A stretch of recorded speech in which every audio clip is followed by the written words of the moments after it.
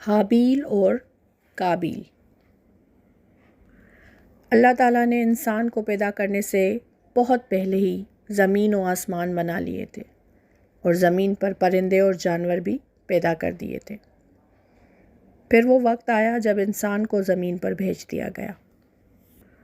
حضرت آدم علیہ السلام اور حضرت حوا علیہ السلام جب زمین پر آباد ہوئے تو ان کے ہاں کئی بچے پیدا ہوئے۔ ان میں سے 2 لڑکوں کے نام حابیل اور قابیل تھے۔ قابیل عمر میں بڑا تھا، وہ کسان تھا اور فصلیں اگاتا تھا۔ حابیل ایک چرواہا تھا اور بھیڑ بکریاں پالتا تھا۔ حابیل نیک نوجوان تھا جبکہ قابیل ظالم تھا۔ وہاں ایک خاتون تھی۔ دونوں بھائی چاہتے تھے کہ اس خاتون سے میری شادی ہو جائے۔ اس طرح جھگڑا شروع ہو گیا۔ ان کے والد نے انہیں کہا کہ دونوں اللہ کو اپنی اپنی قربانی پیش کریں، جس کی قربانی قبول ہو گئی اس کا حق مان لیں گے۔ حابیل نے اپنے ریوڑ کی ایک بھیڑ قربانی کے لیے لی۔ قابیل نے اپنی فصل میں سے اناج کا ایک ڈھیر لگا دیا۔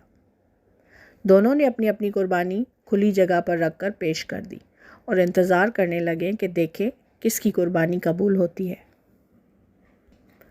آسمان سے ایک آگ آئی جس نے حابیل کی بکری کو جلا ڈالا۔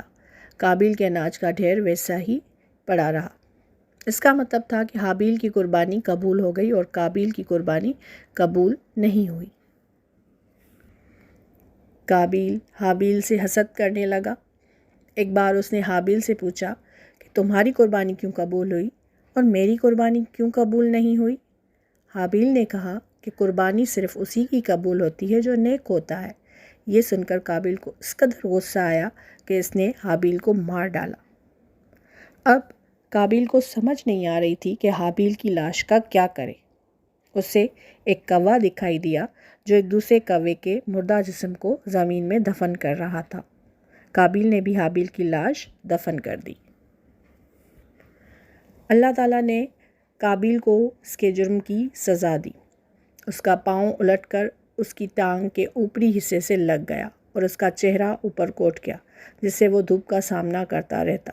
اس کی باقی ساری عمر اسی عذاب میں گزری۔